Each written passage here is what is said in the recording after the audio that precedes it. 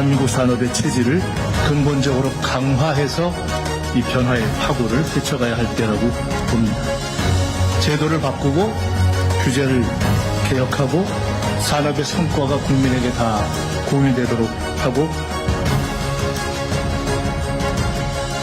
우리 총리님 역할이 아주 컸던 것 같아요. 우리 총리님한테 박수 한번 쳐주시죠.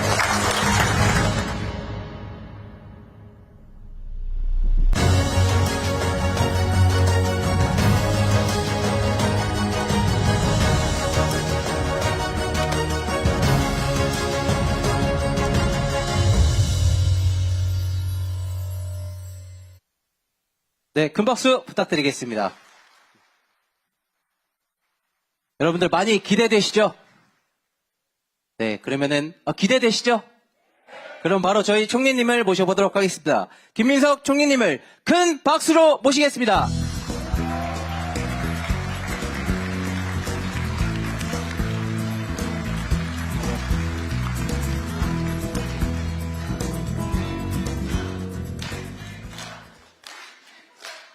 뭐 그런 거 하셔도 저 이 동네에서 출마 안 해요. 반갑습니다. 잘 들리시죠? 예, 조금 전에 우리 김관영 지사님께서 제가 정치를 은퇴하면, 정치를 그만두면 익산에서 살고 싶다 라고 하시니까 박수를 많이 쳐주셨는데, 제가 실제로 그런 상황이 되면은 익산에서, 전북에서 살고 싶다 하는 생각을 한 것은 맞습니다.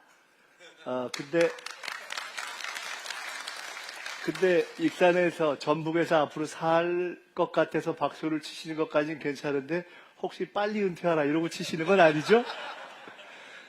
오늘 정말 반갑습니다.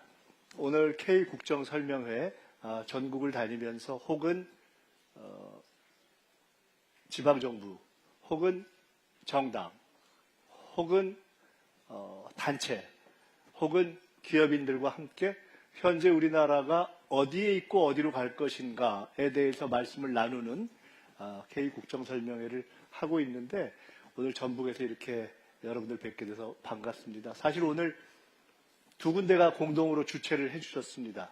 하나는 전라북도고요. 또 하나는 전라북도 JC입니다. JC가 같이 주최를 해주신 이유는 사실은 저도 청년회의소 멤버 출신입니다.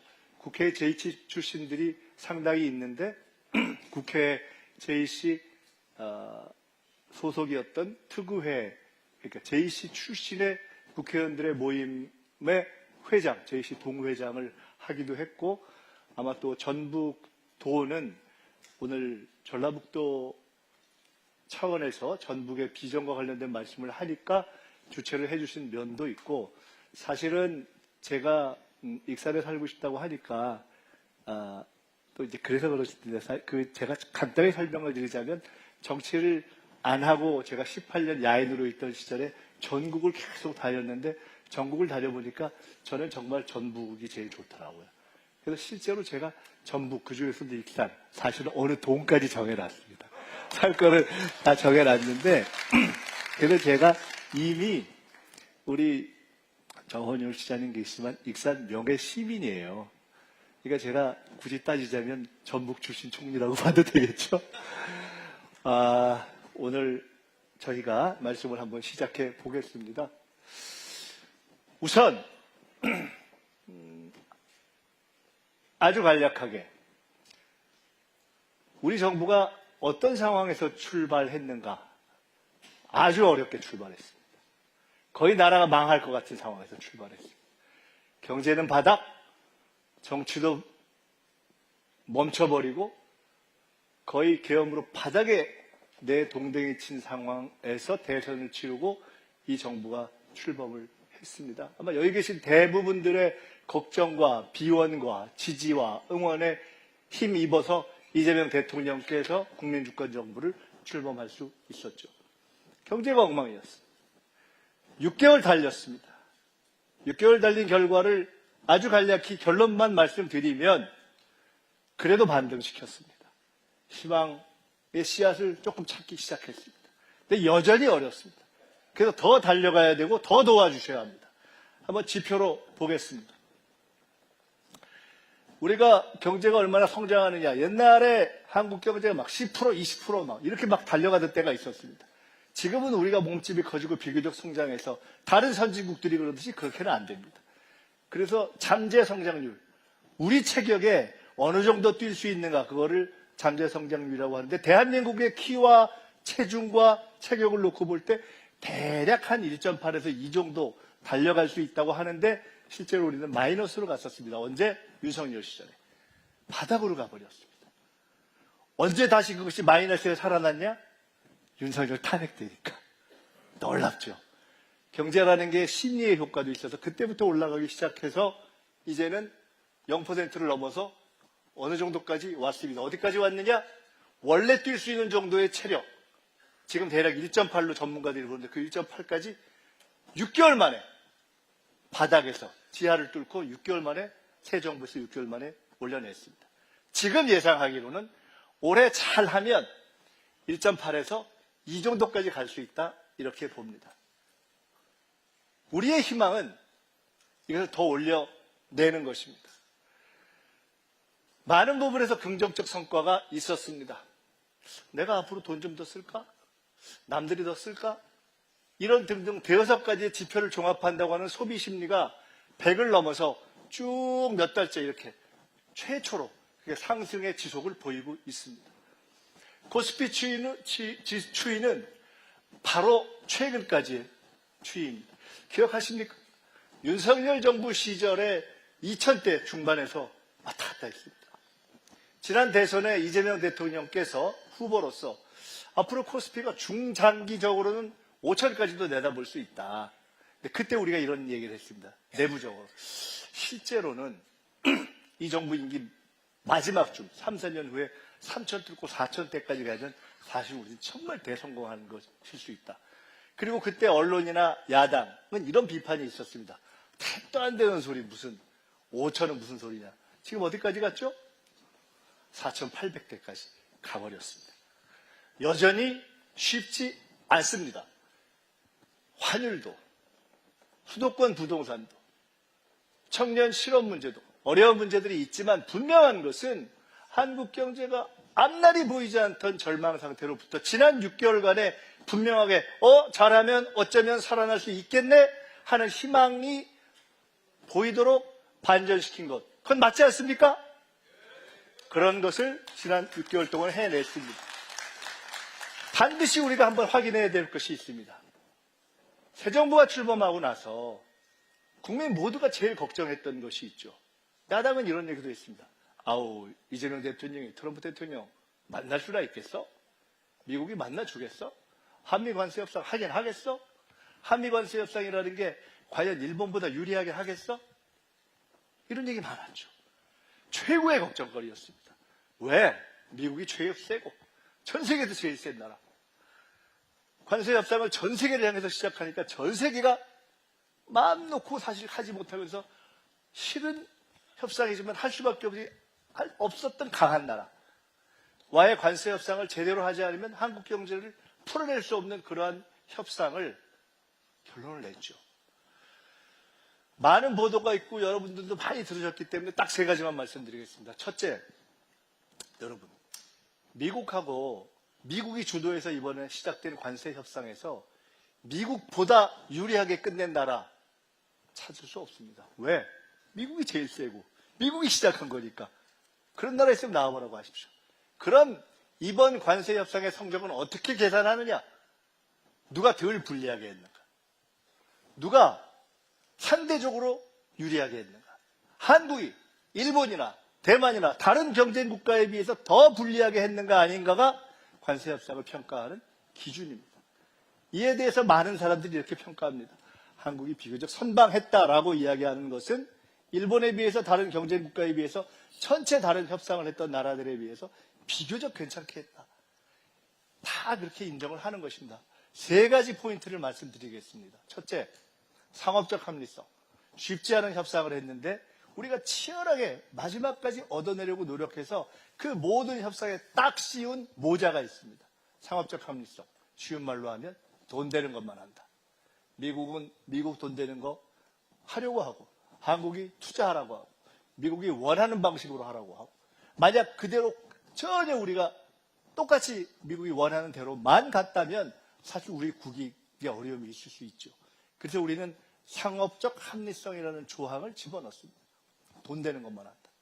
투자를 할 때도 또 자금을 모으는 방식도 한국이 불리하고 경제적으로 해를 보는 방식으로는 안 한다라는 것을 집어넣습니다. 두 번째, 마스가.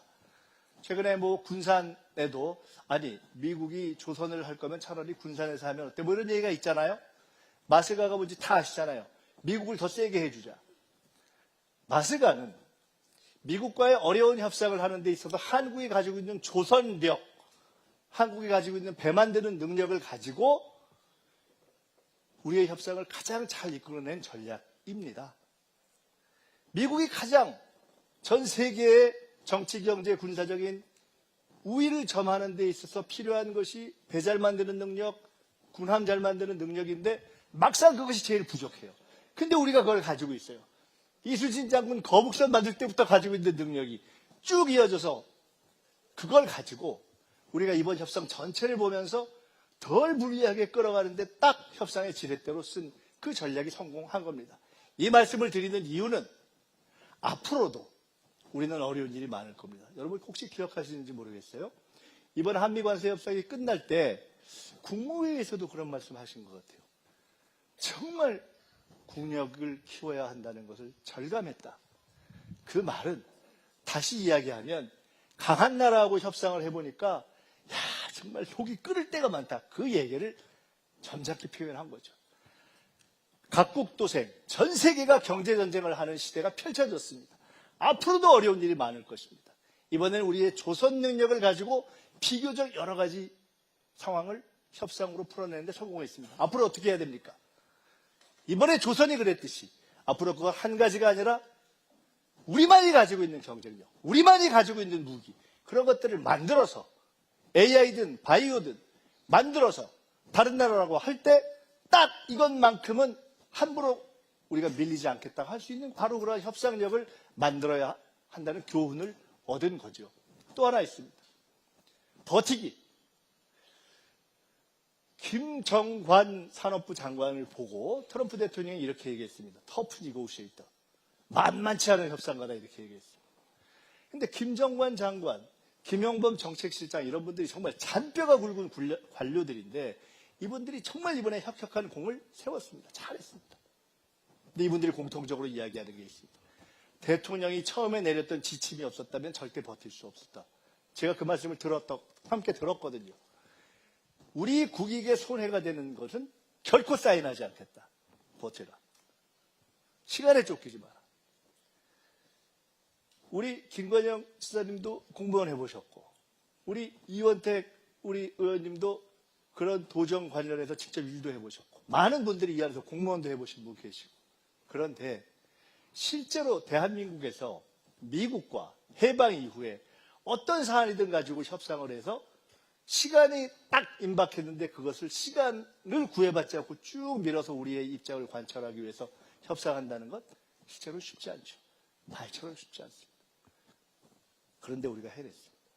깨질 것 같은 상황을 몇 번 넘기면서 저는 이번 한미관세 협상이 비교적 선방을 하면서 끝낸 가장 저변에는 대통령이 확고하게 딱 버티면서 판단했던 그러한 전략적인 다부짐이 작동했다.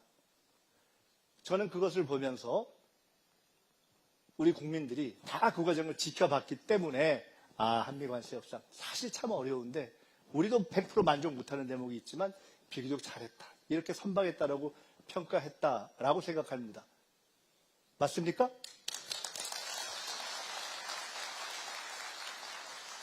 수많은 외교가 있었습니다. 근데 이것에 대한 설명을 제가 생략을 좀 하겠습니다. 시간 관계상 다음으로 그냥 바로 넘어가겠습니다. 자, 이제는 좀 쪼개서 말씀드려 볼게요. 첫째, 국민과 함께. 이재명 대통령께서 후보 시절에, 당대표 시절에, 그리고 지금도 가장 많이 하시는 말씀이 정치는 결국 국민이 한다입니다. 그 정신을 가지고 국민 주권 정부를 만들고 있고 민주당은 당원 주권주의를 추천하고 있습니다. 저도 그것을 올바른 길이라고 믿는 사람입니다. 국무회의 생중계 재밌으셨죠? 타운홀 미팅 괜찮고 제일 재밌는 것은 업무보고 생중계 진짜 재밌었죠? 우린 죽겠어요. 그거 만든 사람은 죽겠습니다. 아우 힘들어요. 제가 대통령님한테 말씀드렸거든요. 업무보고 중간쯤에 아우 장르를 하나 만드셨어요. 무슨 장르 그래서 세계적인 정치 다큐를 하나 만드셨다고. 이번에 우리가 했던 이 업무보고를 생중계한 것이 대통령이 주도한 그 영역을 이제 넘어서서 전 부처의 업무보고 생중계로 이어지고 있고, 더 나아가서 앞으로 국민들이 관심을 가지는 각종 위원회나 이런 것들도 이제 생중계 하세요 하고 제가 지침을 내렸습니다. 각 부처에. 전 세계가 주목하는 K민주주의의 하나의 모델이 된 것이고, 제가 찾아봤어요. 업무보고 공개를 누가 시작했나? 김대중 대통령이 처음 시작하셨더라고요. 근데 그때는 생중계는 안 했어요. 처음으로 오픈한 거예요. 그 철학이 이어져서 김대중 대통령, 노무현, 문재인 대통령, 이재명 대통령 이렇게 국민 주권을 중시하는 분들이 이어지면서 오늘에까지 이어진 것이죠. 이게요, 이번 업무 보고할 때 공무원들이 힘 좀 들었을 거 아니에요. 장관들도 힘들고. 근데 이제 업무 보고가 마지막 끝나는 게 부산에서 해수부 업무 보고였거든요. 부산에서 해수부 업무 보고 딱 끝나는 날 다들 속으로는 아우 이제 끝났다, 아주 해피하다, 이제 조금 쉬어야지 이러고 대통령께서 마지막 정리 말씀을 하시면서 아우 그동안 수고하셨다고, 다음 업무 보고는 6개월 있다 하자고. 아니 내년에 하는 게 아니고 6개월 있다. 야 이거 정말. 저는 사실 이번 업무 보고가 아니라 다음 해 2026년, 2027년, 2028년, 2029년의 업무 보고를 기대합니다. 성남과 경기도에서 발전과 기적을 만들어냈듯이 첫 업무 보고는 국민들에게 보여주고 우리를 내어드리고 검증받는 것으로 시작했지만 2년차, 3년차, 4년차는 점점 압박 검증이 심해질 것이고 책임감의 강도도 높아질 것이고, 그러면서 대한민국의 행정은 훨씬 더 높은 수준으로 갈 것이고, 이재명 국민주권정부 5년 동안 여러분이 만들어주신 이재명 국민주권정부는 한차원 높은 행정으로 도약할 것이기 때문에 더 많이 보시고 댓글도 더 많이 보내주시고, 그리고 대통령께서 업무 보고할 때 이렇게 가끔 받아가지고 대신 물어보기도 하시잖아요. 이거 보고 다 하시는 거거든요. 앞으로도 계속 이렇게 해서 K민주주의를 발전시켜 가겠다. 우리가 올바른 방향을 가고 있는 거 맞죠? 언젠가 김대중 대통령께 은퇴하신 후에 제가 한번 여쭤본 적이 있습니다. 아니, 외교를 잘하는 게 뭔가요? 이렇게 말씀하시더라고요. 다 잘 지내는 거다. 미국과도 잘 지내고, 일본과도 잘 지내고, 중국과도 잘 지내고, 러시아와도 잘 지내고, 북한과도 잘 지내고. 결론적으로 우리는 상당히 어려운 상황에서 그걸 만들어냈습니다. 지난 6개월 동안. 우리의 자존심과 원칙을 지키면서도 상대의 환심을 지혜롭게 사면서도 서로 이해관계가 다른 그런 국가들을 균형을 적절히 잡는 방향으로, 북한과만 아직 냉각관계에 있지만 미국, 중국, 일본 가장 가까운 나라들과 관계를 만들어 낸 거죠. 얼마 전에 새해 들어서 첫 국무회의를 하고 점심 식사를 청와대로 이제 옮긴 뒤에 청와대 옆에 총리 공간이 있고 그 옆에 삼청동 수제비집이라는 데가 있어요. 그래서 수제비 먹고 우리 총리 공간 가서 커피를 이렇게 한 적이 있습니다. 기자들이 몇 명 있었어요. 그때 대통령께서 이렇게 말씀하시더라고요. 기자들이 아우 도대체 금관 뭐 아이디어라든가 아니면은 그 시진핑 주석 뭐 샤오미 셀카라든가 이런 거는 이거 어떻게 다 만들어내세요? 그러니까 그랬더니 아 나 잠 못 자고 그거 지어서 아이디어 짜느라고 잠을 못 잔다고. 국익을 이루어내기 위한 치열한 노력을 하는 거죠. 어떤 분들이 이렇게 이야기해요. 이런 장면을 만들어내기가 어렵지 않습니까? 최근에 무슨 탕국가에 갔던 우리나라 기업인이 하나 있는데 저한테 직접 얘기해 주는 겁니다. 그분이 갈 때 이게 우리나라에 6개 있는 금관 중에 6번째 가장 좀 화려한 금관의 모델을 선물한 거거든요. 이것과 비슷한 걸 들고 갔대요. 그 나라에서 건설 휴주할 게 있었어요. 원래 자기 차례 아니야. 딴 나라 받기로 돼 있었어. 갔는데 그 나라 대통령이 약간 센 사람이에요. 근데 이걸 딱 들었는데 그 대통령 정상에 첫 마디가 뭐였는지 아십니까? 아, 이게 혹시 트럼프 대통령이 받았던 그거냐고. 그리고 수주가 바뀌었다는 거 아닙니까? 이런 모습. 그래서 중요한 것은 당당하게인데요. 제가 여기서 우리 정치하시는 분들도 많이 계시니까 한 가지 말씀드리겠습니다. 많은 분들이 최근에 국정 지지도, 대통령 지지도 중에 이렇게 보면 제일 잘한다의 이유가 외교인 경우가 많습니다. 그 사람들이 묻습니다. 아니, 이재명 대통령이 외교 전문가였어? 아니잖아. 유학파였어? 아니잖아. 외국 가서 오래 살았어? 아니잖아. 기대를 안 했는데.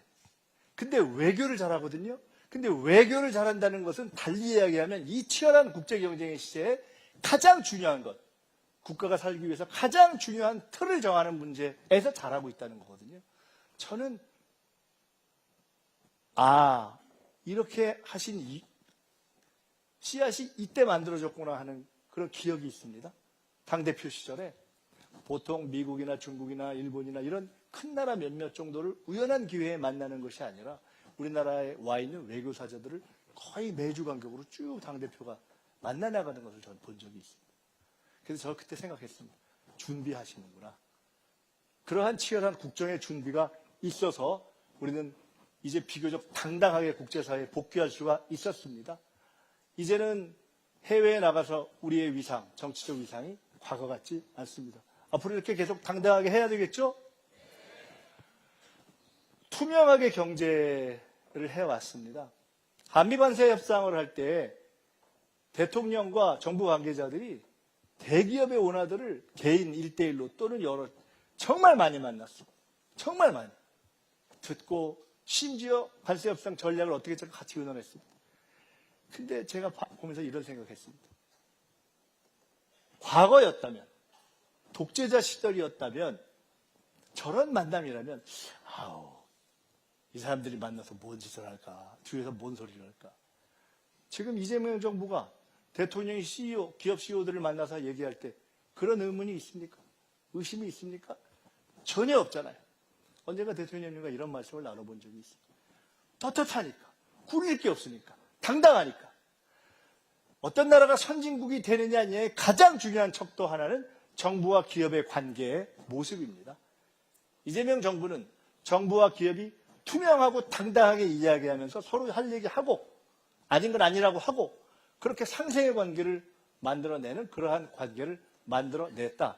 이제 진정한 의미에서의 선진 경제의 기초를 만들어낸 것이 경제, 노동 어떤 한 분야의 제도의 변화보다 훨씬 중요한 틀을 만들어낸 것이다. 저는 이렇게 생각합니다. A, B, C, D, E. 여기 우리 김성주 우리 이사장님도 와 계신데 제가 정책위 의장을 할 때 정책위 부의장을 하셨고 지난 제가 민주당의 수석 최고위원으로 있을 때 집권플랜 본부장이라는 것을 할 때 A, B, C, D라는 것을 처음에 그 틀을 만들어서 제기했던 적이 있습니다. A, AI, B, 바이오, C, 컨텐츠 앤 컬처, 문화와 컨텐츠, D, 디펜스, 방위산업, E, 에너지. 우리는 이것이 미래로 가는 전략산업이라고 보고 이것을 살려내기 위한 집중적인 투자를 했습니다. 방향을 잡았고 예산에 넣었고 이것을 할 수 있는 인프라의 기초를 시작을 했고 그리고 이것을 해낼 수 있는 사람들을 지원하기 위한 기본 틀들을 다 정리하기 시작했습니다. 그래서 AI에 최초로 우리 AI 수석 그리고 장관의 AI 최고 전문가들 민간인들을 모셔왔고 AI에 10조 이상의 예산을 우리가 집어넣기로 했고 GPU 26만 장 이상을 확보했고 그리고 정말 세계 각국의 강국들과 경쟁해낼 수 있는 다양한 한편 데이터 센터, 여기는 피지컬 AI 실증 이런 틀을 만들어냈고 비바이오, 신약, 농생명 등등에 대한 투자를 하고 있고 국가의 바이오위원회를 딱 정리해서 이제 당연한 컨트롤 타워로 가려고 하고 있고 컨텐츠 앤 컬처, 방위산업, 에너지, 지금 아리백산단, 전북같이 제가 이걸 보면서 전북은 이 중에서 뭐뭐에 연관이 되느냐 AI 연관되죠? 피지컬 AI. B, 농생명, 바이오 연관되죠? 컨텐츠와 컬처 당연히 관광 등 연결되겠죠. D, 디펜스 아주 주된 분야는 아닌 것 같아요. E, 에너지, 재생에너지 연관되죠? A, B, E가 특히나 전북과 연관된 이런 부분에 있어서 새로운 미래를 만드는 노력을 하고 있다. 저는 윤석열 정부가 제일 잘못한 것이 독재도 하고 정치도 엉망으로 다 못했지만 제일 잘못한 것 하나는 앞으로 무엇으로 먹고 살 것인가에 대한 명확한 집중점을 못 가진 것이 가장 큰 문제의 하나라고 봅니다. 우리는 그 집중점을 만들어 냈습니다. 이거 한 가지만 온 김에 소개를 좀 드리겠습니다. 우리의 꿈은 결국 백범 김구 선생이 꿈꿨던 것 같은 문화국가입니다. 성장을 회복하고 지금 우리 한류의 경쟁력이 보이고 있는 대로 문화국가로 갈 것입니다. 여러분 이 맨 마지막 그림이 뭔지 아세요? 국중바. 그 나의 문화유산 답사기 유홍준 선생님 아시죠? 지금 관장이시잖아요. 제가 그분이 너무 자부심에 차서 이 자랑하는 거 한 두 가지만 소개할게요. 첫째, 국중박이 줄을 지금 저렇게 서고 있는데 전 세계 지금 3위라는 겁니다. 지난해 600만이 넘었다는 거예요. 1위, 2위가 어떤 나라냐? 루브르, 파리나 뉴욕 이런 데예요. 그런 데하고 경쟁하는 거예요. 근데 차이가 있어요. 그런 나라들의 박물관은 남의 나라의 꽤 반틈 넘잖아요. 우린 그게 아니잖아요. 우리의 것만 갖고 하잖아요. 두 번째, 일본 등을 포함해서 세계 100나라 이상의 박물관장들이 와서 너무너무 부러워하는 게 있대요. 뭔지 아십니까? 우리 옆나라 일본도 그렇고 어지간한 나라에는 박물관에 오시는 분들이 다 은퇴하신 어르신들만 오신답니다.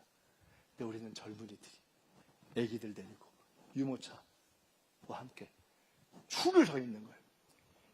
엄청난 문화의 힘이 만들어지고 있는 것이고 이것은 단순한 문화 산업이 아니라 우리가 어떤 산업을 하든지 거기에 프리미엄 베이스를 깔아주는 그런 기초가 될 것이다 이렇게 봅니다. 그러면서 저희가 새 정부가 강조했던 원칙이 몇 가지 있습니다. 여러분 국무회의 할 때 처음에 한 번, 두 번, 세 번 대통령이 계속해서 산재 얘기한 거 기억나시죠? 대한민국에서 정치의 영역에서 산재 문제가 그렇게 진지하게 사실 의제로 다뤄진 적이 별로 없습니다. 한 번 하고 마실 줄 알았는데 두 번, 세 번 했어요. 쉽지 않은 문제입니다. 저도 산재 현장을 가봤습니다. 건설 현장. 근데 전체적으로 좀 큰 데는 줄고 있지만 50인 이상 50억 이하는 아직 줄지 않거나 심지어 늘기까지 합니다. 어려운 과제지만 이제는 우리가 사람을 귀히 여기는 그러한 공동체로 바뀌어야 한다는 원칙 때문에 첫째. 두 번째는 산불입니다. 산불 대응의 방식을 저희가 지난해 바꿨습니다. 지난번에는 산불이 나면 일단 얼마나 불이 번지나 보자 하고서 헬리콥터 띄우는 거를 일단 물 내리는 헬리콥터를 먼저 띄우고 돌아오는 한이 있더라도 먼저 띄우자는 걸로 시스템을 바꿨습니다. 30분을 더 벌었습니다. 매우 중요한 거죠. 세 번째는 자살입니다. 우리가 자살 지금 1년에 15,000이 넘습니다. 부끄러운 일입니다. 이런 문제들에 대해서 강력하게 대응하겠다 하는 생명 존중의 원칙을 지켜가겠습니다.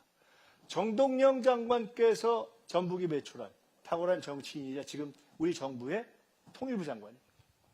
여러분, 윤석열 정부 시절에 오물풍선이 오고 확성기가 가고 오물풍선이 오고 확성기가 가고 갈등이 계속됐습니다. 그 접경 지역에 있는 주민들은 너무 힘들었습니다.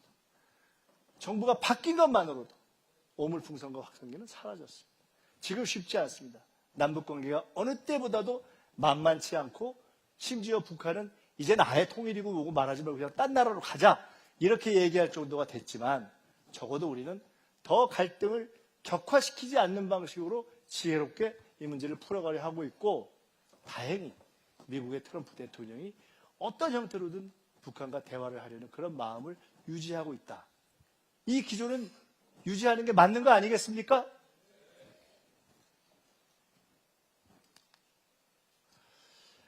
지금까지 대략 좀 긍정적인 얘기 드렸습니다. 근데 우리는 상황을 쉽게 보고 있지는 않습니다. 아까 말씀드렸던 것처럼 환율 간단치 않고 수도권 부동산 문제 간단치 않고 여러 가지 산업에서의 경쟁력 간단치 않습니다. 미국이 판을 흔들었고 중국이 무섭게 쫓아오거나 아니면 우리를 추월한 부분이 많습니다. 예를 들어서 우리가 한류를 자부하지만 실제 상황에서는 노력은 우리가 하고 돈은 넷플릭스가 가져가는 그러한 구조, 이러한 구조들이 곳곳에 있습니다. 우리가 드라마를 만든 게 지난해 84편, 2015년 10년 전에 84편, 똑같은 84인데 과거는 상향이고 지금은 하향.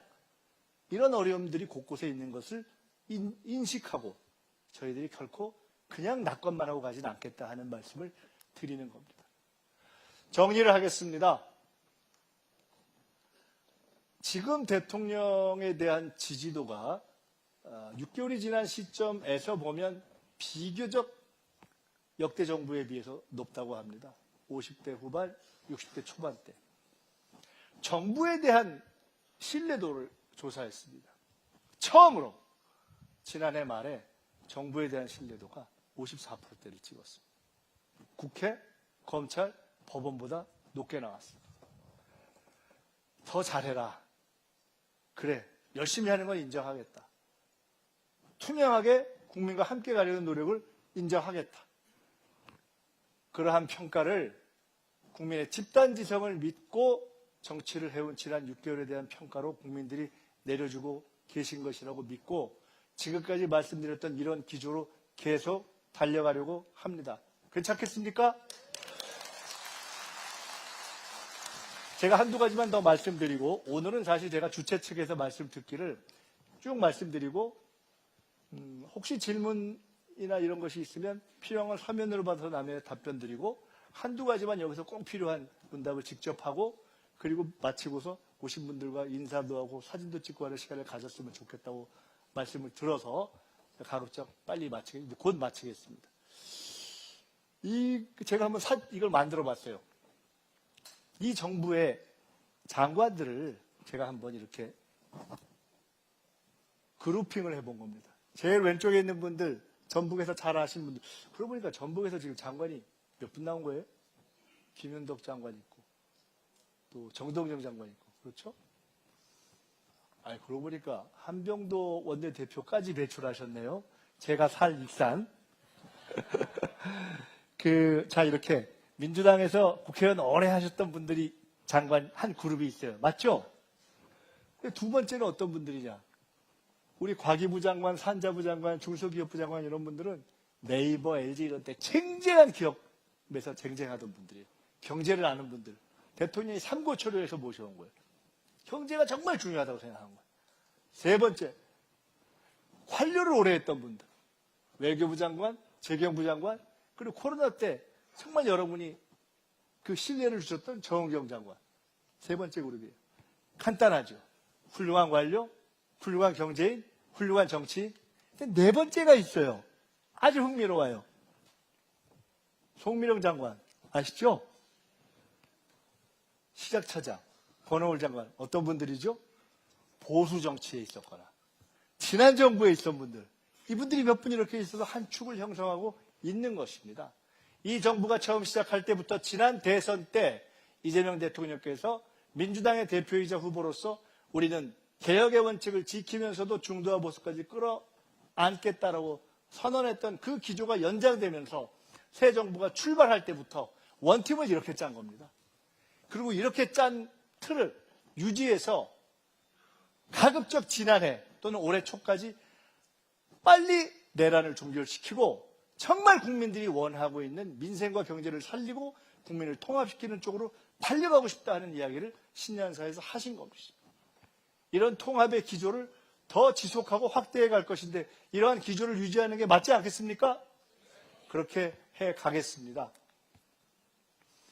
전북경제가 대전환의 시기를 맞았습니다. 대한민국이 그렇듯이 전북경제의 대전환이 시작됐습니다. 아까 A, B, C, D, E에서 말씀드린 것처럼 이번에 미국에서 있었던 CES, 세계 최고의 첨단 박람회에서 최고 인기가 로봇이었다는 거 아닙니까? 이제 로봇이 이제 최고의 경쟁을 갖고 이제 붙는 정말 최고의 격전지가 된 거 아닙니까? 피지컬 AI, 달리 이야기하면 누가 더 근사한 로봇을 만들어내는 아이디어를 내고 실증해 볼 것인가? 그거에 대해서 지금 얼마요? 5천억? 6천억? 7천억? 1조요? 1조가 책정된 거 아닙니까? 전북이 한번 해보라는 거 아닙니까? 해낼 수 있으시죠? 새만큼은 설명드릴 필요 없고, 그리고 그린바이오 농경, 이 부분에 있어서 전북이 오랫동안 고민했던 이런 과제를 잘 해내면 이재명 정부는 틀을 바꾸려고 합니다. 지금까지의 발전 방식과 달리 가려고 합니다. 수도권 중심으로만 가려고 했던 그런 성장을 이제는 한계에 달했다고 보고 진짜 지방 주도 성장으로 바꾸려고 합니다. 5국 3특이 그렇고 광역 통합이 그렇고 서울에서부터 멀수록 수도권에서부터 멀수록 혜택을 주자는 것이 그렇고 그렇습니다. 전북에는 새로운 기회가 있습니다. 여러분, 저도 눈치가 있는 사람이잖아요. 제가 왜 정치를 마치고 전북에서 살려고 하겠어요. 저는 전북에 확실한 미래가 있다고 봅니다.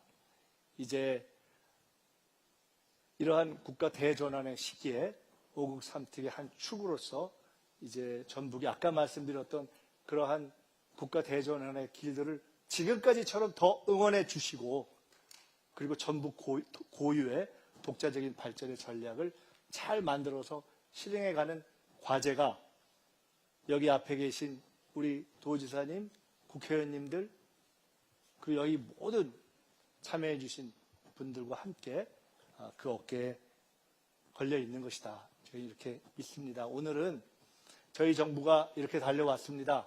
앞으로도 이렇게 달려갈 것입니다. 계속 응원해 주십시오. 잘못할 땐 질책해 주십시오. 그러나 질책보다는 애정을 가지고 함께 잘할 수 있도록 도와주십시오 하는 그런 말씀을 드리려고 왔습니다.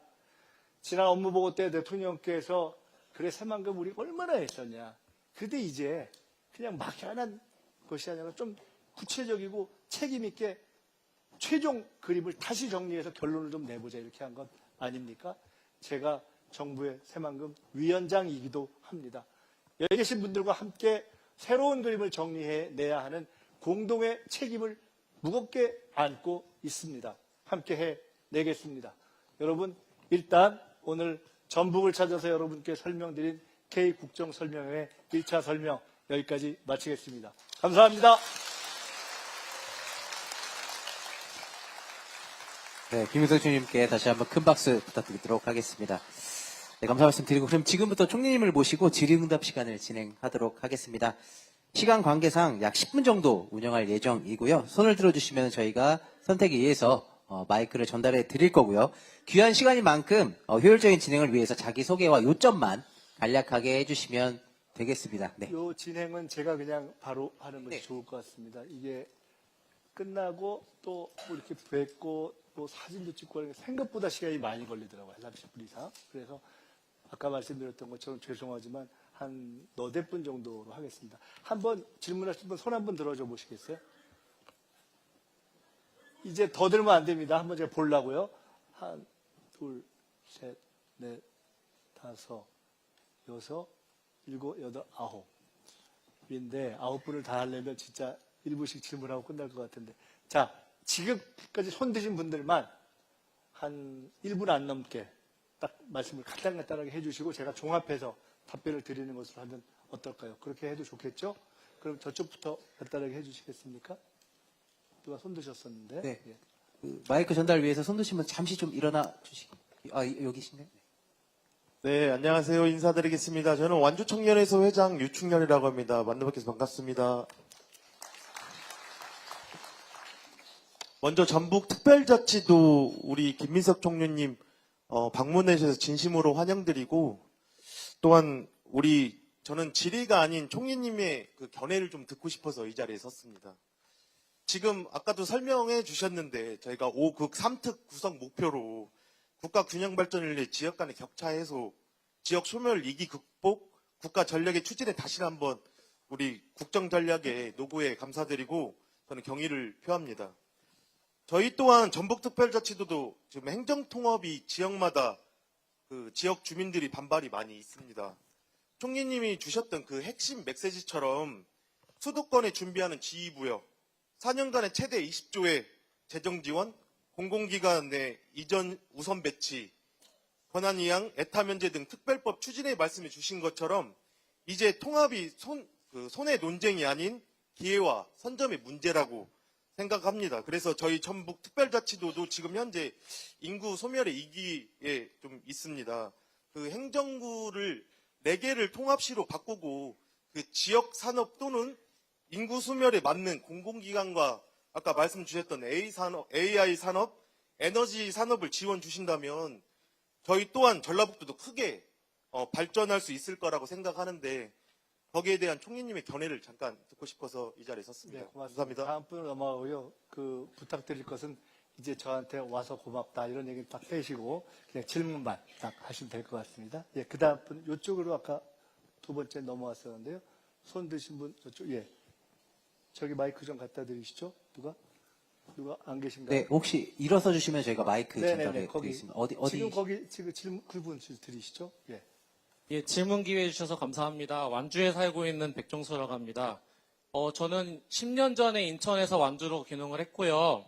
완주에서 새 아이를 키우면서 이제 살고 있는 가족이고 또 저희 가족의 이제 특징은 무연고 소자본 농가의 생존기입니다. 지금까지 이재명 정부가 6개월 동안 이 말씀하신 것처럼 이제 무너지는 국가를 살리기 위해서 대외적으로 뭔가 열심히 분주하셨다면은 이제 앞으로는 이제 이런 내실을 좀 이렇게 다질 수 있는 차원에서 좀 질문을 드리고 싶었는데, 아무래도 연구가 없고 애초에 가진 자본이 없다 보니, 물론 이제 그건 네 사정이잖아라고 하면 이제 인정하겠습니다만, 제도와 현실이 분명히 녹록지 않습니다. 저도 어디 가면은 누구 아들이다라고 하면은 바로 딱 통과되는 게 있는데, 실제로 이제 지금 사는 곳에서는 아들, 딸, 사위, 며느리가 아니면 확실히 쉽지 않더라고요. 그래서 이런 현실에서 힘들어하고 있을 때 이제 곁에 있는 누군가가 이재명 정부가 됐는데 지금은 국민신문고에 올리면은 뭐 누가 읽어보기라도 하고 또 심지어 대통령께서도 유튜브 댓글은 직접 읽어본다고 하더라. 그래서 죄송한데 조금 요점. 예, 그래서 너의 이런 힘든 점을 이동을 했을 때 예, 이런 지원에 예, 어려움이 현실적으로 있고. 올릴 수 있는 창구가 있는지 좀 네. 알아보고 싶고요. 또 마지막으로는 젠플리스를 보다 보면은 이제 가끔씩 이제 비수도권에 대해서 지방이라고 표현을 하시는데 저는 이 점에 대해서 네, 이 지방을 비수도권이나 다른 용어로 좀 이제 돌려주시면 어떨까? 왜냐하면 지방이라는 뜻이 원래 알았습니다. 네, 그래서 그 정도 해주시면 될 것 같고요. 예, 그 감사합니다. 앞으로 그 다음 앞에 분 예, 이쪽으로 좀 전해주시겠어요? 예. 네, 서신동 주민 강성입니다. 오늘 절박한 마음으로 말씀드리려고 왔고요. 전북은 식민지 시대에는 쌀을 바쳤고 산업화 시대에는 우리 아버지 세대부터 영남으로 수도권으로 인력을 보냈습니다. 그리고 민주화 시대에는 제일 먼저 피를 흘렸고 그리고 선거 때마다 민주정부의 산실이 됐습니다. 이재명 대통령께서는 이런 전북을 제대로 평가하면서 호남을 다시 살리겠다고 이렇게 얘기하고 계십니다. 그런데 이 호남을 살리겠다고 하는 것에 저는 전북이 제외되어 있다고 생각합니다. 그래서 그 말씀 드리고 싶습니다. 광주 전남의 통합이 바로 눈앞에 와 있습니다. 그리고 대전 충남도 통합합니다. 그리고 총리님께서는 광주 전남에 20조를 지원하겠다고 했습니다. 그런데 특별자치도는 이제 특별 고립도로 될 수밖에 없는 상황이다 이렇게 생각하고 있습니다. 그렇다면 우리 전북도 살 길을 마련해야 하지 않겠습니까? 그래서 저는 광주 전남을 넘어서 전북까지 하나 되는 통합해야 된다 이렇게 생각하고 있는데요. 이런 논의를 해서 만약에 호남 대통합으로 갈 수 있다면 우리 총리님께서는 광주 전남과 더불어서 호남이 하나로 될 수 있는 방안을 마련해 주실 수 있겠는지, 그리고 또 한 가지로는 거기까지 하시죠. 이재명 대통령께서 예. 타운홀 미팅을 지금 안 하고 계십니다. 우리 전북에. 네, 그 빨리 오셔서 말씀드릴게요. 이런 문제를 같이 논의했으면 좋겠습니다. 네. 이상입니다.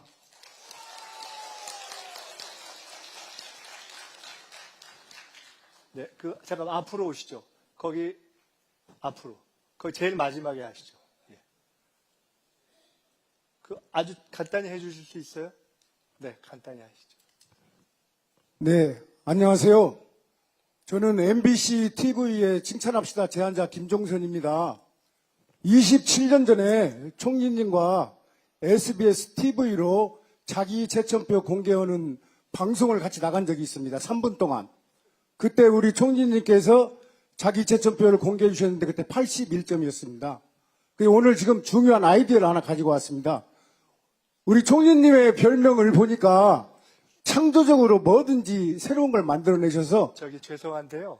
저 개인적으로 관련된 제안이시면 저게 개인적으로 만나서 주시면 좋을 것 같습니다. 오늘은 여기는 도전과 관련된 말씀을 주시는 게 좋을 것 같아요. 제가 나가면서 말씀을 듣겠습니다. 여기 좀 옮겨주시겠어요? 네, 고맙습니다.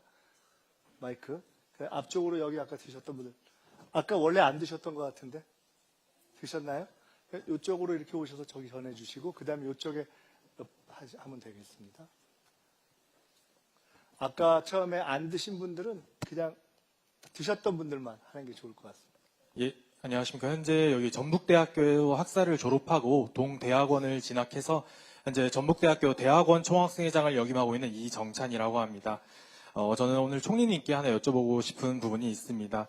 먼저 현재 지방 소재 대학의 경쟁력을 강화하는 것이 그 대학 자체의 경쟁력만이 아니라 그 대학에 진학을 하고 싶어서 오게 되는 학생들이 이제 들어오지 않겠습니까? 그렇기 때문에 해당 지역의 지방 소멸을 막는 하나의 정책으로서도 진행이 될 수 있다고 생각합니다. 이때 대학의 경쟁력을 어떻게 향상시키냐? 이제 현재 여기 전북대 같은 경우에는 1년 예산이 한 4천억 정도 되고요. 서울대 같은 경우에 1조 1천억, 그리고 도쿄대 같은 경우에 1조 7천억, 그리고 하버드는 9조 원 이렇게 됩니다. 즉 간단하게 봤을 때 결국 그 대학이 얼마나 많은 예산을 가지고 있느냐가 결국 그 대학의 경쟁력을 결정하게 된다고 생각을 합니다. 이렇듯이 현재 국민주권정부에서 진행하고 있는 이 서울대 10개 만들기 정책은 이러한 부분에서 정말 좋은 정책이라고 생각합니다. 다만 현재 서울대 10개 만들기에서 거점 국립대는 현재 9개가 있고 현재 교육부의 업무 계획상 현재 5년 동안 4조 원의 예산을 지원을 하고 26년에는 3개의 대학을 지원한다고 그렇게 명시가 되어 있습니다. 그런데 방금 말씀드린 것처럼 서울대의 70%까지 예산을 향상시킨다고 했는데 9개 대학에게 5년 동안 4조 원이라면 그에 미치지 못하는 좀 적은 예산입니다. 그렇기 때문에 이 서울대 10개 만들기 정책을 그냥 그 대학의 경쟁력을 향상시키는 게 아니라 그 대학이 소재하고 있는 지역의 지역 소멸도 막을 수 있는 이러한 정책의 일환으로서 좀 그 대학들에 지원을 해서 대학뿐만 아니라 그 지역도 함께 상생을 하고 발전할 수 있도록 예산의 규모와 그리고 좀 신속하고 좀 전투적인 이런 지원을 해주시면 감사하겠습니다. 네, 고맙습니다. 이쪽으로 넘어가죠. 거기 바로 뒤에 계신 분 드리고 이쪽으로 넘어오죠. 예, 반갑습니다. 저는 부안군에서 초고압 송전철탑 백지화 반대대책위 공동대표를 맡고 있는 허태혁입니다. 저는 국가전력망 구조 재편 및 새만금 247 CFE 허브 구축을 제안드리고자 합니다. 24시간 7일 무탄소 에너지 전략을 앞으로 해결해야 될 국가 과제라고 저는 생각을 하는데 이 제안의 핵심은 아리백-AX 산업전략 허브 육성 분산형 국가전략입니다. 이 내용은 현재 진행되고 있는 용인 반도체 국가산단의 피크 수요가 16.5%를 집중되어 있고 또 전국적 송전선로 신설 비용만 72조 8천억이 되고 있는 사정에 있습니다. 잠깐만요. 그리고 선생님, 잠깐만요. 죄송한데 제가 보니까 들고 계시는 지금 읽기 시작해가지고 다 읽으시고. 예, 제가 마지막 결론적인 얘기만 말씀드리겠습니다. 결론만 말씀 주시고. 네. 제가 나갈 때 저한테 주시면 저희 우리 같이 일한테 주시면 받아서 그 연락처까지 적어주시면 또 답을 또 드릴 테니까 일단 결론을 말씀해 주시죠. 네, 그래서 저는 송전탑 갈등을 최소화하고 새만금을 기업이 투자하고 싶은 곳으로 만들어 주실 것을 요청합니다. 지금은 어떤 기반도 갖춰져 있기 때문에 예전에 삼성 반도체에서 투자를 계획했다가 철회하지 않았습니까? 기업이 올 수 있는 새만금을 만들어 주시기 바랍니다. 이상입니다. 감사합니다. 자, 이제 이쪽에 딱 세 분, 죄송한데, 이제 여 앞에 딱 세 분이 하고 마무리해야 될 것 같습니다. 예. 네, 반갑습니다. 전주 병청년위원장 김민수입니다. 총리님께서 길게 얘기하지 말라고 하시니까 핵심만 빠르게 요약해서 말씀드리겠습니다. 전북은 K컬처 중심, 지리적, 시대적 새만금 에너지와 연결, AI, 피지컬, 국가 전략 거점 사업이 꼭 필요합니다. 총리님. 우리 총리님께서 전북 예비 군민이신, 우리 예비 시민이신 총리님께서 함께 전북을 글로벌 AI 시대를 함께 총리님과 함께 하고 싶습니다. 도와주십시오. AI를 하자는 거예요? 문화 거점을 하자는 거예요? 국가 전략 거점을 네, 네. 알았습니다. 예. 그 다음에 옆에, 예, 두 분 같이 계시니까 바로 이어서 하시죠. 안녕하십니까. 전주시 청년의 일원 김다혜입니다. 추모 납골당과 같이 장사시설과 같이 민간이 운영하되 공공성이 매우 강한 영역의 경우 허가와 감독 권한은 지방자치단체에 있음에도 불구하고 문제가 발생했을 때 책임 주체가 불명확해지는 구조적 한계가 존재합니다. 그로 인해 유가족의 피해가 장기간 방치되는 사례도 실제로 발생하고 있습니다. 이와 같은 구조적 문제를 예방하기 위해 중앙정부 차원의 관리 감독 책임을 보다 명확히 하거나 유가족의 권익을 실질적으로 보호할 수 있는 제도 개선을 검토하실 계획이 있으신지 여쭙고 싶습니다. 이상입니다. 그 바로 옆자리에 계신 분, 예, 같은 거예요? 자, 그러면 그냥 된 김에 두 분 하고 마치죠. 저 끝에, 이쪽으로 들으시죠. 자, 시간이 좀 지났기 때문에 잘 이해해서. 예. 네, 한글 세계와 조직위원장 한용득입니다. 저는 이 국가보안법을 당장 폐지해야 한다고 봅니다. 얼마나 우리 민주 투사들이 국가보안법. 예, 네. 국가보안법 폐지하고 북한과 남한이 그것이 통합이지 뭐 전주 안 주고 전남 통합 그런 자라 콧구녕 같은 소리 하면 안 돼요. 예? 우리가 세계를 주도하고 1등 국가가 되려면은 수신제가 치우 편편합니다. 어떻게 우리 그 민주 인사들을 수없이 친일 잔재 말이 검찰 개 쓰레기 새끼들이 말이야 얼마나 많이 죽였어요. 이걸 당장 폐지하고 남북 정상은 판문점에서 매월 1일 날 정상회담을 하고 천하 통일을 할 생각을 해야지 뭐 전남 안주 뭐 통화 뭐 경상도 통화 그런 자라 콧구녕 같은 소리 하면 안 돼요. 네, 완주 전주는 감사합니다. 예, 100% 알았습니다. 반대요. 우리 주민들이. 국가보안법 폐지해야 그러니까 된다는 네, 말씀이시죠? 국가보안법을 탄핵 폐지해요. 이해했어요. 저 위에 아주 애타게 손 드신 저 젊은 분하고 앞에까지 하면 이제 마무리해야 될 것 같습니다.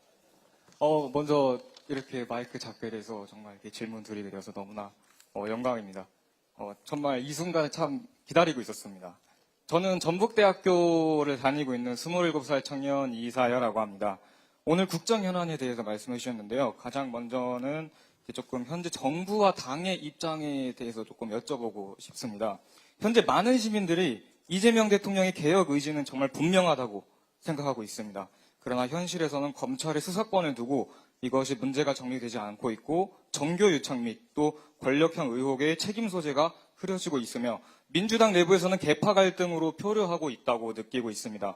그래서 시민들은 이 문제가 대통령이 아니라 그 개혁을 실행하지 못하는 민주당의 구조와 기득권이라고 말하고 있습니다. 만약에 이재명 대통령께서 개혁을 멈춘다면 그 책임이 민주당에 있다는 점을 정부에서는 분명히 인정하실 수 있는지 여쭤보고 싶고 아니면은 그 실패에 대한 책임까지 대통령이 함께 떠안아야 하는지 여쭤보고 싶습니다. 마지막으로 딱 한 가지만 빠르게 여쭤보겠습니다. 네, 청년의 입장에서요. 이제 최근에 이재명 정부에서 진행을 하셨던 정책 중에 하나인 그 북한의 체제 선전 매체인 노동신문을 국민 혈세로 배포하기 시작한 점이 참 의문이 들었습니다.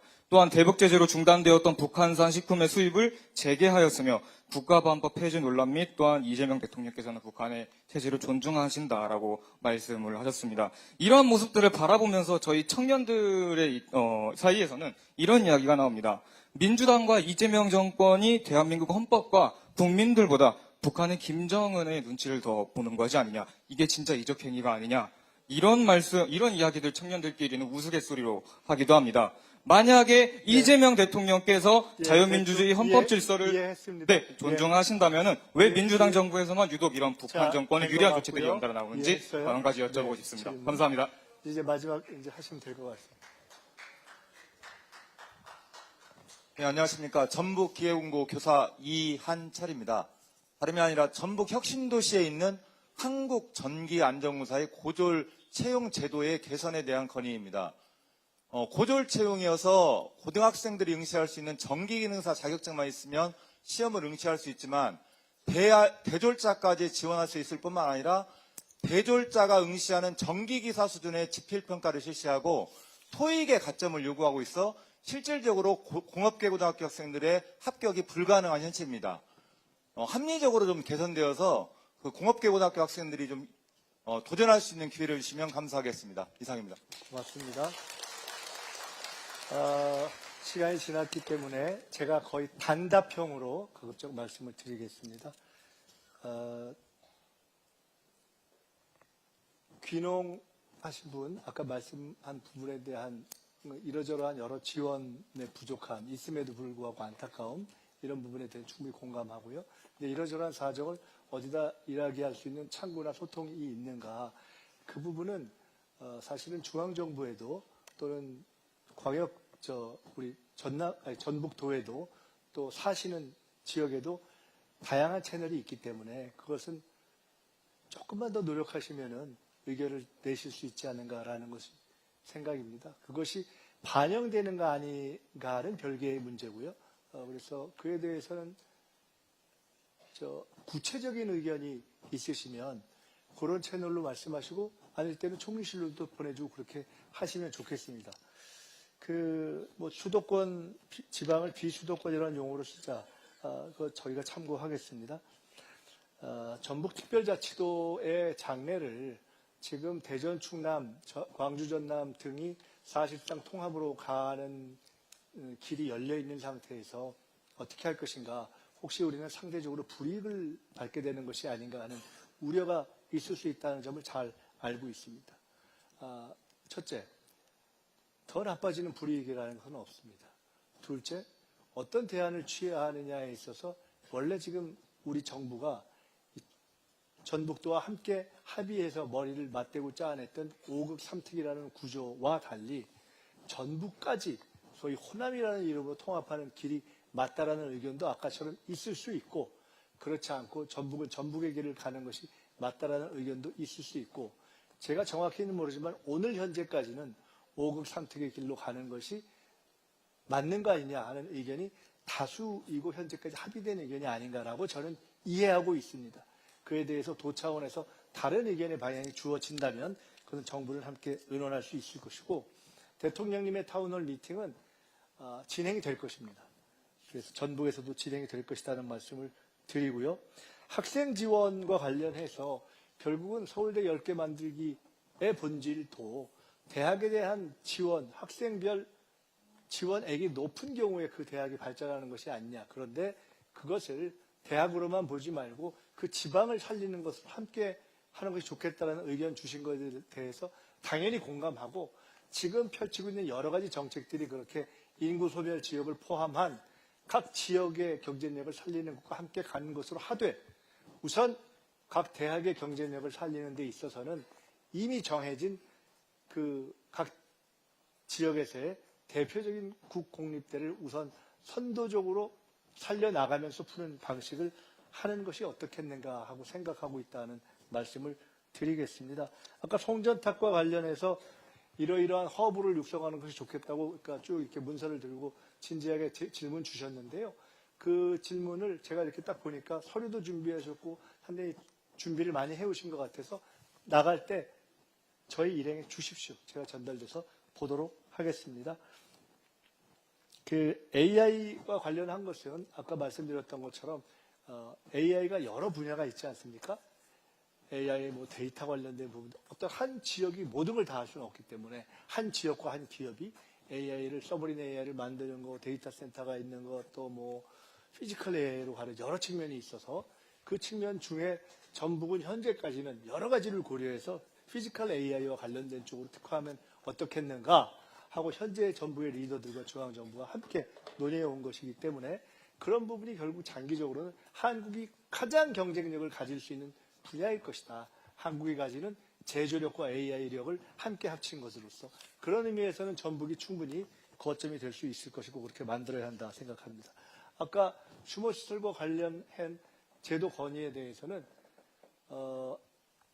꼭 내용에 대해서 차라리 정리한 걸 주십시오. 네, 그렇게 두 분이 같이 오신 것 같은데 그렇게 하고 국가보안법 폐지에 대해서는 취지를 충분히 알겠고 우리 사회에서 역사적으로 많은 논의가 되어 온 것이고 민주당과 민주 세력이 전체적으로는 국가보안법을 혹은 개정 혹은 폐지하는 방향으로 가는 것이 좋겠다는 공감대가 있고 민주당은 이미 그 과거부터 국가보안법을 전면 개정이냐 아니면 전면 폐지냐 아니면 실질적인 개정이냐를 놓고 많은 논의를 해왔고 현재 실질 그런 방향으로 서서 현재까지 와 있다는 말씀을 드리고 다만 현재 존재하는 국가보안법을 가지고 이 정부 하에서 사실상 과거에 그랬듯이 국가보안법을 정치적으로 악용해서 없는 간첩을 만들어내고 무도한 일을 하고 하는 상황은 사실상 존재하지 않는다.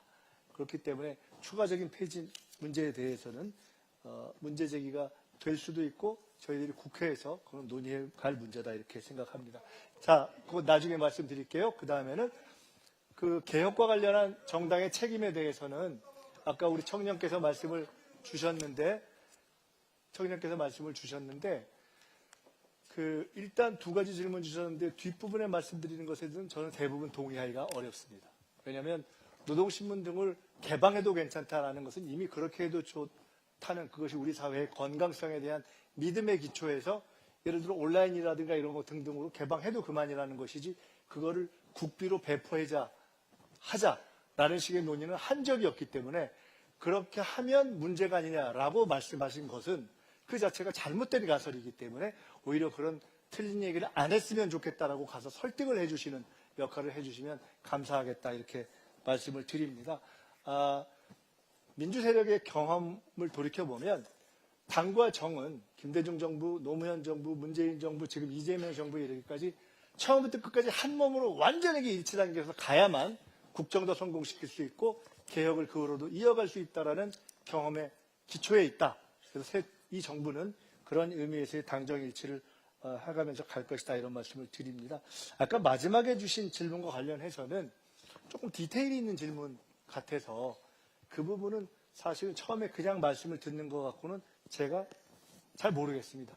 그러니까 그 부분은 조금 아마 적당한 방식으로 설명으로 주신다 아니면 나갈 때 명함을 하나 주시면 저희가 전화해서 조금 자세히 여쭤보고 답을 드릴 수 있도록 하면 좋겠습니다. 마칠까 합니다. 한 가지만 더 말씀을 드리겠습니다. 우리 정부가 지난 6개월 동안 방향을 전환했습니다. 올해는 어떻게 하느냐? 일단 급한 회복의 기틀을 잡았기 때문에 민생과 경제에 집중하면서 대도약의 방향으로 나아가려고 합니다. 첫째.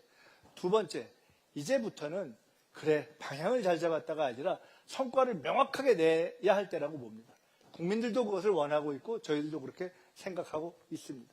그렇게 하겠습니다. 셋째로 정부도 저도 직접 소통을 더 강화하겠습니다. 대통령께서 국무회의를 포함해서 이렇게 우리의 모습을 오픈했지만 더 나아가서 이런 국정설명회도 하고 예를 들어 저도 온라인 이런 문답 등을 좀 기획하고 있습니다. 그런 걸 하겠습니다. 여러분과 직접 소통하는 방식을 강화하겠다. 끝으로 청년들과의 소통을 강화하겠습니다. 제가 총리실의 고유 업무 중에 하나가 주로 부처 간의 업무를 조율하는 건데 청년 문제를 저희가 총괄하고 있기 때문에 청년들과의 직접 소통, 현장 대화 등등을 강화해 가겠다 하는 말씀을 드리겠습니다. 우리가 함께 전북의 미래, 청년의 미래를 만들어갔으면 좋겠다는 말씀을 드리면서 아쉽지만 질의응답까지 포함해서 여기서 마치고 이제 밑으로 내려가서 좀 편하게 인사도 하고 악수도 하고 사진도 찍고 그렇게 해도 되겠죠? 고맙습니다. 네, 장시간 수고해주신 우리 총리님께 다시 한번 뜨거운 박수.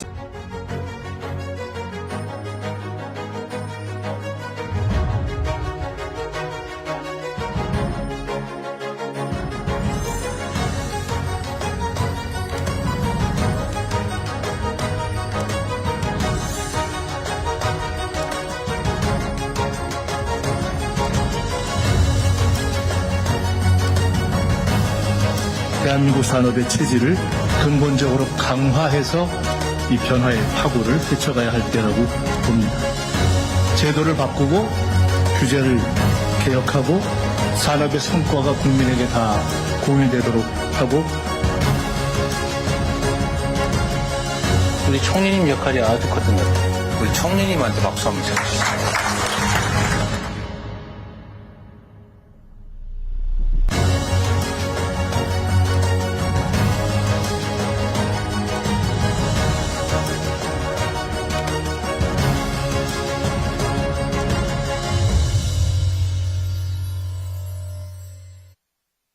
네, 큰 박수 부탁드리겠습니다.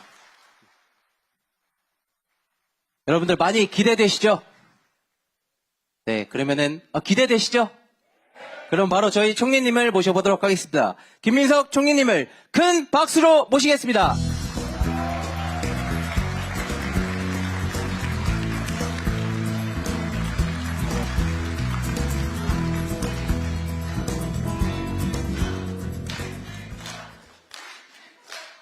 뭐 그런 거 하셔도 저 이 동네에서 출마 안 해요. 반갑습니다. 잘 들리시죠?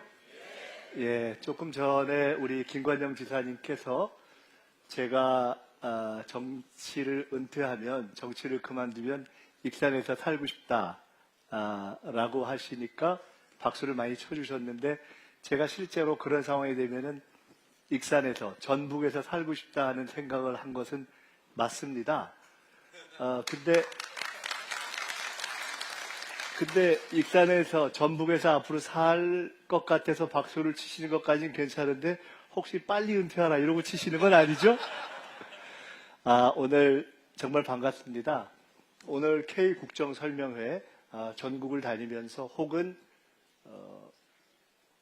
지방정부, 혹은 정당, 혹은 단체, 혹은 기업인들과 함께 현재 우리나라가 어디에 있고 어디로 갈 것인가에 대해서 말씀을 나누는 K국정설명회를 하고 있는데, 오늘 전북에서 이렇게 여러분들 뵙게 돼서 반갑습니다. 사실 오늘 두 군데가 공동으로 주최를 해주셨습니다.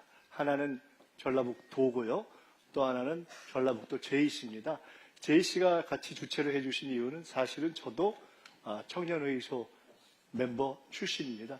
국회 JC 출신들이 상당히 있는데 국회 JC 소속이었던 특우회, 그러니까 JC 출신의 국회의원들의 모임의 회장, JC 동회장을 하기도 했고, 아마 또 전북도는 오늘 전라북도 차원에서 전북의 비전과 관련된 말씀을 하니까 주최를 해주신 면도 있고, 사실은 제가 익산에 살고 싶다고 하니까 또 이제 그래서 그러실 텐데, 제가 간단히 설명을 드리자면, 정치를 안 하고 제가 18년 야인으로 있던 시절에 전국을 계속 다녔는데, 전국을 다녀보니까 저는 정말 전북이 제일 좋더라고요. 그래서 실제로 제가 전북, 그중에서도 익산, 사실은 어느 동까지 정해놨습니다. 살 거를 다 정해놨는데, 그래서 제가 이미 우리 정헌율 시장님 계시지만 익산 명예 시민이에요. 그러니까 제가 굳이 따지자면 전북 출신 총리라고 봐도 되겠죠. 오늘 저희가 말씀을 한번 시작해 보겠습니다. 우선 아주 간략하게 우리 정부가 어떤 상황에서 출발했는가? 아주 어렵게 출발했습니다. 거의 나라가 망할 것 같은 상황에서 출발했습니다. 경제는 바닥, 정치도 멈춰버리고 거의 계엄으로 바닥에 내 동댕이 친 상황에서 대선을 치르고 이 정부가 출범을 했습니다. 아마 여기 계신 대부분들의 걱정과 비원과 지지와 응원에 힘입어서 이재명 대통령께서 국민주권정부를 출범할 수 있었죠. 경제가 엉망이었어요. 6개월 달렸습니다. 6개월 달린 결과를 아주 간략히 결론만 말씀드리면 그래도 반등시켰습니다. 희망의 씨앗을 조금 찾기 시작했습니다. 근데 여전히 어렵습니다. 그래서 더 달려가야 되고 더 도와주셔야 합니다. 한번 지표로 보겠습니다. 우리가 경제가 얼마나 성장하느냐. 옛날에 한국 경제가 막 10%, 20% 막 이렇게 막 달려가던 때가 있었습니다. 지금은 우리가 몸집이 커지고 비교적 성장해서 다른 선진국들이 그러듯이 그렇게는 안 됩니다. 그래서 잠재 성장률, 우리 체격에 어느 정도 뛸 수 있는가, 그거를 잠재 성장률이라고 하는데, 대한민국의 키와 체중과 체격을 놓고 볼 때 대략 한 1.8에서 2 정도 달려갈 수 있다고 하는데, 실제로 우리는 마이너스로 갔었습니다. 언제? 윤석열 시절에. 바닥으로 가버렸습니다. 언제 다시 그것이 마이너스에 살아났냐? 윤석열 탄핵되니까. 놀랍죠. 경제라는 게 심리의 효과도 있어서 그때부터 올라가기 시작해서 이제는 0%를 넘어서 어느 정도까지 왔습니다. 어디까지 왔느냐? 원래 뛸 수 있는 정도의 체력. 지금 대략 1.8로 전문가들이 보는데 그 1.8까지 6개월 만에 바닥에서 지하를 뚫고 6개월 만에 새 정부에서 6개월 만에 올려냈습니다. 지금 예상하기로는 올해 잘하면 1.8에서 이 정도까지 갈 수 있다, 이렇게 봅니다. 우리의 희망은 이것을 더 올려내는 것입니다. 많은 부분에서 긍정적 성과가 있었습니다. 내가 앞으로 돈 좀 더 쓸까? 남들이 더 쓸까? 이런 등등 대여섯 가지의 지표를 종합한다고 하는 소비 심리가 100을 넘어서 쭉 몇 달째 이렇게 최초로 상승의 지속을 보이고 있습니다. 코스피 추이는 바로 최근까지의 추이입니다. 기억하십니까? 윤석열 정부 시절에 2000대 중반에서 왔다 갔다 했습니다. 지난 대선에 이재명 대통령께서 후보로서 앞으로 코스피가 중장기적으로는 5천까지도 내다볼 수 있다. 근데 그때 우리가 이런 얘기를 했습니다. 내부적으로. 실제로는 이 정부 임기 마지막 중 3, 4년 후에 3천 뚫고 4천대까지 가면 사실 우리는 정말 대성공하는 것일 수 있다. 그리고 그때 언론이나 야당은 이런 비판이 있었습니다. 택도 안 되는 소리, 무슨 5천은 무슨 소리냐. 지금 어디까지 갔죠? 4,800대까지 가버렸습니다. 여전히 쉽지 않습니다.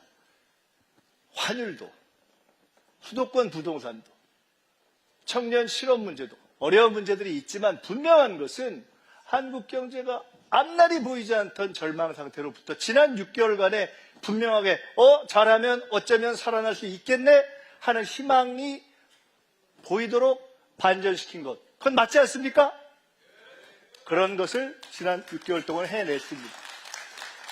반드시 우리가 한번 확인해야 될 것이 있습니다. 새 정부가 출범하고 나서 국민 모두가 제일 걱정했던 것이 있죠. 야당은 이런 얘기도 했습니다. 아우, 이재명 대통령이 트럼프 대통령 만날 수나 있겠어? 미국이 만나주겠어? 한미관세 협상 하긴 하겠어? 한미관세 협상이라는 게 과연 일본보다 유리하게 하겠어? 이런 얘기 많았죠. 최고의 걱정거리였습니다. 왜? 미국이 제일 세고 전 세계에서 제일 센 나라. 관세 협상을 전 세계를 향해서 시작하니까 전 세계가 마음 놓고 사실 하지 못하면서 싫은 협상이지만 할 수밖에 없었던 강한 나라. 와의 관세 협상을 제대로 하지 않으면 한국 경제를 풀어낼 수 없는 그러한 협상을 결론을 냈죠.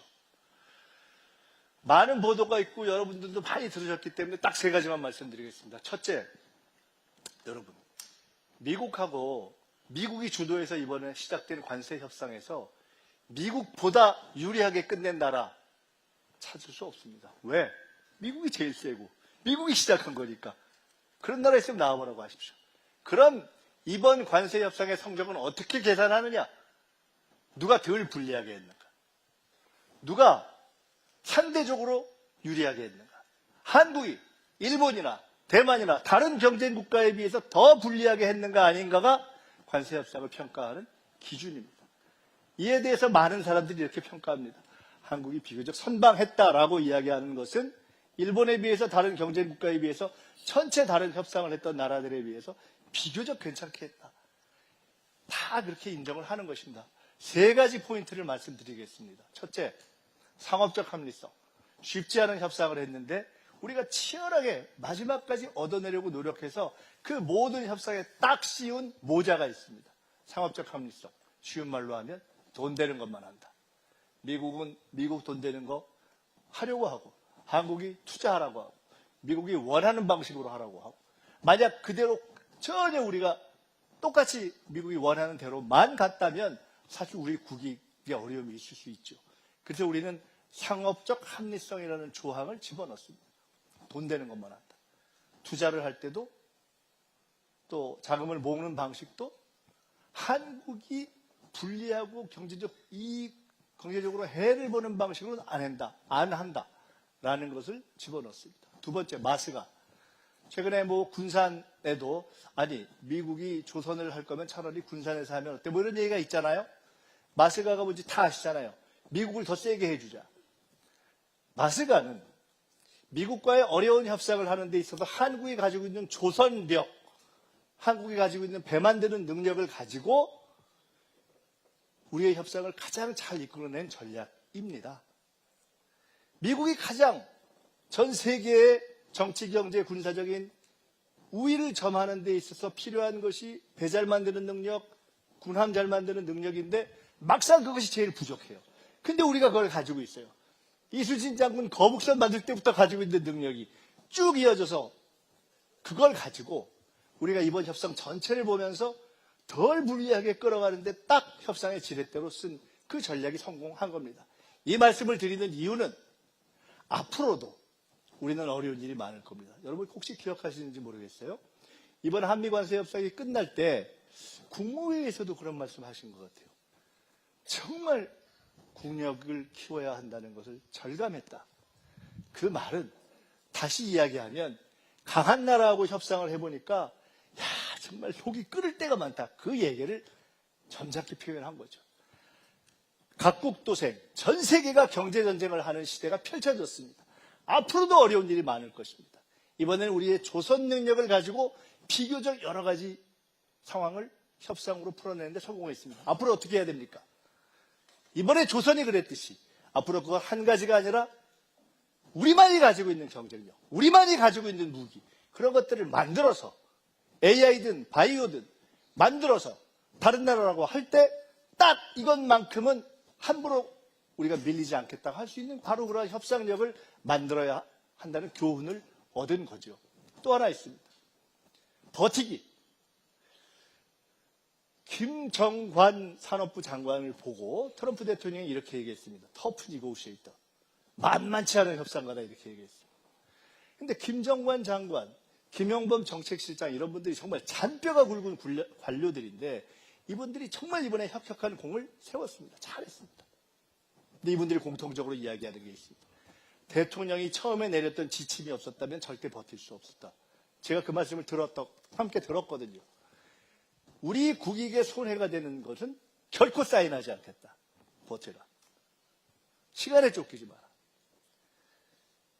우리 김건영 지사님도 공무원 해보셨고, 우리 이원택 우리 의원님도 그런 도정 관련해서 직접 일도 해보셨고, 많은 분들이 이 안에서 공무원도 해보신 분 계시고, 그런데 실제로 대한민국에서 미국과 해방 이후에 어떤 사안이든 가지고 협상을 해서 시간이 딱 임박했는데 그것을 시간을 구애받지 않고 쭉 밀어서 우리의 입장을 관철하기 위해서 협상한다는 것 실제로 쉽지 않죠. 말처럼 쉽지 않습니다. 그런데 우리가 해냈습니다. 깨질 것 같은 상황을 몇 번 넘기면서 저는 이번 한미관세 협상이 비교적 선방을 하면서 끝낸 가장 저변에는 대통령이 확고하게 딱 버티면서 판단했던 그러한 전략적인 다부짐이 작동했다. 저는 그것을 보면서 우리 국민들이 다 그 과정을 지켜봤기 때문에 한미관세 협상 사실 참 어려운데 우리도 100% 만족 못하는 대목이 있지만 비교적 잘했다. 이렇게 선방했다라고 평가했다라고 생각합니다. 맞습니까?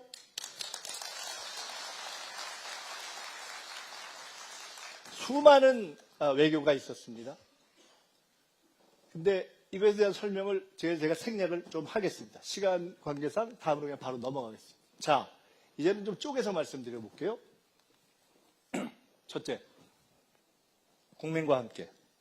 이재명 대통령께서 후보 시절에, 당대표 시절에, 그리고 지금도 가장 많이 하시는 말씀이 정치는 결국 국민이 한다입니다. 그 정신을 가지고 국민 주권 정부를 만들고 있고 민주당은 당원 주권주의를 추천하고 있습니다. 저도 그것을 올바른 길이라고 믿는 사람입니다. 국무회의 생중계 재밌으셨죠? 타운홀 미팅 괜찮고 제일 재밌는 것은 업무 보고 생중계 진짜 재밌었죠? 우린 죽겠어요. 그거 만든 사람은 죽겠습니다. 아우 힘들어요. 제가 대통령님한테 말씀드렸거든요. 업무 보고 중간쯤에 아우 장르를 하나 만드셨어요. 무슨 장르 그래서 세계적인 정치 다큐를 하나 만드셨다고. 이번에 우리가 했던 이 업무 보고를 생중계한 것이 대통령이 주도한 그 영역을 이제 넘어서서 전 부처의 업무 보고 생중계로 이어지고 있고 더 나아가서 앞으로 국민들이 관심을 가지는 각종 위원회나 이런 것들도 이제 생중계 하세요 하고 제가 지침을 내렸습니다. 각 부처에. 전 세계가 주목하는 K민주주의의 하나의 모델이 된 것이고 제가 찾아봤어요. 업무 보고 공개를 누가 시작했나? 김대중 대통령이 처음 시작하셨더라고요. 근데 그때는 생중계는 안 했어요. 처음으로 오픈한 거예요. 그 철학이 이어져서 김대중 대통령, 노무현, 문재인 대통령, 이재명 대통령 이렇게 국민 주권을 중시하는 분들이 이어지면서 오늘에까지 이어진 것이죠. 이게요. 이번 업무 보고할 때 공무원들이 힘 좀 들었을 거 아니에요. 장관들도 힘들고. 근데 이제 업무 보고가 마지막 끝나는 게 부산에서 해수부 업무 보고였거든요. 부산에서 해수부 업무 보고 딱 끝나는 날 다들 속으로는 아우 이제 끝났다 아주 해피하다. 이제 조금 쉬어야지 이러고 대통령께서 마지막 정리 말씀을 하시면서 아우 그동안 수고하셨다고 다음 업무 보고는 6개월 있다 하자고. 아니 내년에 하는 게 아니고 6개월 있다. 야 이거 정말. 저는 사실 이번 업무 보고가 아니라 다음 해 2026년, 2027년, 2028년, 2029년의 업무 보고를 기대합니다. 성남과 경기도에서 발전과 기적을 만들어냈듯이 첫 업무 보고는 국민들에게 보여주고 우리를 내어드리고 검증받는 것으로 시작했지만 2년차, 3년차, 4년차는 점점 압박 검증이 심해질 것이고 책임감의 강도도 높아질 것이고 그러면서 대한민국의 행정은 훨씬 더 높은 수준으로 갈 것이고 이재명 국민주권정부 5년 동안 여러분이 만들어주신 이재명 국민주권정부는 한차원 높은 행정으로 도약할 것이기 때문에 더 많이 보시고 댓글도 더 많이 보내주시고 그리고 대통령께서 업무 보고할 때 이렇게 가끔 받아가지고 대신 물어보기도 하시잖아요. 이거 보고 다 하시는 거거든요. 앞으로도 계속 이렇게 해서 K민주주의를 발전시켜 가겠다. 우리가 올바른 방향을 가고 있는 거 맞죠? 언젠가 김대중 대통령께 은퇴하신 후에 제가 한번 여쭤본 적이 있습니다. 아니, 외교를 잘하는 게 뭔가요? 이렇게 말씀하시더라고요. 다 잘 지내는 거다. 미국과도 잘 지내고, 일본과도 잘 지내고, 중국과도 잘 지내고, 러시아와도 잘 지내고, 북한과도 잘 지내고. 결론적으로 우리는 상당히 어려운 상황에서 그걸 만들어냈습니다. 지난 6개월 동안. 우리의 자존심과 원칙을 지키면서도 상대의 환심을 지혜롭게 사면서도 서로 이해관계가 다른 그런 국가들을 균형을 적절히 잡는 방향으로 북한과만 아직 냉각관계에 있지만 미국, 중국, 일본 가장 가까운 나라들과 관계를 만들어낸 거죠. 얼마 전에 새해 들어서 첫 국무회의를 하고 점심 식사를 청와대로 이제 옮긴 뒤에 청와대 옆에 총리 공간이 있고 그 옆에 삼청동 수제비집이라는 데가 있어요. 그래서 수제비 먹고 우리 총리 공간 가서 커피를 이렇게 한 적이 있습니다. 기자들이 몇 명 있었어요. 그때 대통령께서 이렇게 말씀하시더라고요. 기자들이 아우 도대체 금관 뭐 아이디어라든가 아니면은 그 시진핑 주석 뭐 샤오미 셀카라든가 이런 거는 이거 어떻게 다 만들어내세요? 그러니까 그랬더니 나 잠 못 자고 그거 지어서 아이디어 짜느라고 잠을 못 잔다고. 국익을 이루어내기 위한 치열한 노력을 하는 거죠. 어떤 분들이 이렇게 이야기해요. 이런 장면을 만들어내기가 어렵지 않습니까? 최근에 무슨 탄국가에 갔던 우리나라 기업인이 하나 있는데 저한테 직접 얘기해 준 겁니다. 그분이 갈 때 이게 우리나라에 6개 있는 금관 중에 6번째 가장 좀 화려한 금관의 모델을 선물한 거거든요. 이것과 비슷한 걸 들고 갔대요. 그 나라에서 건설 수주할 게 있었어요. 원래 자기 차례 아니야. 딴 나라 받기로 돼 있었어. 갔는데 그 나라 대통령이 약간 센 사람이에요. 근데 이걸 딱 들었는데 그 대통령 정상에 1000마디가 뭐였는지 아십니까? 이게 혹시 트럼프 대통령이 받았던 그거냐고. 그리고 수주가 바뀌었다는 거 아닙니까? 이런 모습에서 중요한 것은 당당하게인데요. 제가 여기서 우리 정치하시는 분들도 많이 계시니까 한 가지 말씀드리겠습니다. 많은 분들이 최근에 국정 지지도, 대통령 지지도 중에 이렇게 보면 제일 잘한다의 이유가 외교인 경우가 많습니다. 그래서 사람들이 묻습니다. 아니, 이재명 대통령이 외교 전문가였어? 아니잖아. 유학파였어? 아니잖아. 외국 가서 오래 살았어? 아니잖아. 기대를 안 했는데. 근데 외교를 잘하거든요. 근데 외교를 잘한다는 것은 달리 이야기하면 이 치열한 국제 경쟁의 시대에 가장 중요한 것, 국가가 살기 위해서 가장 중요한 틀을 정하는 문제에서 잘하고 있다는 거거든요. 저는 이렇게 하신 씨앗이 이때 만들어졌구나 하는 그런 기억이 있습니다. 당대표 시절에 보통 미국이나 중국이나 일본이나 이런 큰 나라 몇몇 정도를 우연한 기회에 만나는 것이 아니라 우리나라에 와 있는 외교사저들을 거의 매주 간격으로 쭉 당대표가 만나나가는 것을 저는 본 적이 있습니다. 그래서 저 그때 생각했습니다. 준비하시는구나. 그러한 치열한 국정의 준비가 있어서 우리는 이제 비교적 당당하게 국제사회에 복귀할 수가 있었습니다. 이제는 해외에 나가서 우리의 위상, 정치적 위상이 과거 같지 않습니다. 앞으로 이렇게 계속 당당하게 해야 되겠죠? 투명하게 경제를 해왔습니다. 한미관세 협상을 할 때 대통령과 정부 관계자들이 대기업의 오너들을 개인 1대1로 또는 정말 많이 만났어. 정말 많이. 듣고 심지어 관세 협상 전략을 어떻게 같이 의논했습니다. 근데 제가 보면서 이런 생각했습니다. 과거였다면, 독재자 시절이었다면, 저런 만남이라면, 이 사람들이 만나서 뭔 짓을 할까? 뒤에서 뭔 소리를 할까?